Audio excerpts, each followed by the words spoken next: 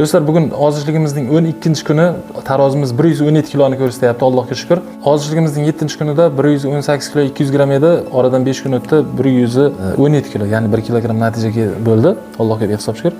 Xo'p, 4 kun 5 kundan beri ko'rinmayapsiz deb ko'plab kommentariyada yozyapsizlar, so'rayapsizlar. Rahmat. Ozroq sog'lig'imizda muammo bo'lib qoldi. Allohning bir fazli ekan. Allohning bir sinov keldi. Salgina umurtqadan muammo bo'lib qoldi. Shunga yura olganim yo'q. 50 qadam yura olmayapman. Licheniyalarni boshladim. Mana bugun oyoqqa turib o'tirib boshladim. Mana o'tirdim. Mana sizlarga sirasi video qilyapman.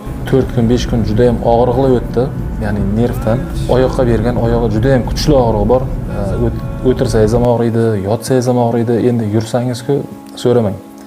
Ozroq yuraman, o'tirishga joy qidirib qolaman. Allohning bir sinovi, yaxshi ko'rgan bandasiga sinov beradi, sog'ligi bilan, davlati bilan, har xil yo'nalish bilan tochkasini topa olmayapti, nimadan bo'lyapti deb. Sababi umurtqadan ekan. Inshaalloh licheniyani boshladik. Mana emirtiga tushdim. Ya'ni emirti javoblari.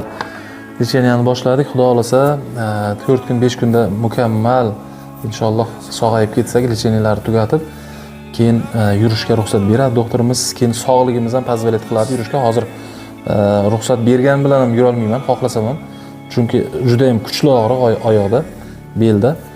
Xudo xolasa yana harakat qilamiz nasib bo'lsa. Shu harakatimiz yo'q bo'lib ham to'g'ri ovqatlanish bilan 5 kunda 1 kilogram ketibdi. 12-kun bo'lsa 7-kunda 118 kilo 200 edi, 1 kilo 200 gram ketibdi. Allohga behisob shukr. Juda ham yaxshi natija bu.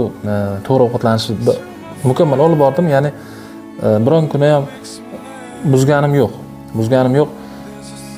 Sabay oldim. Mana doktorlarga boramiz, emirtida ochilib bo'ladi, biror joyda bo'ladi. Obed vaqti kelib qolsa, raz mashinaga o'tiraman.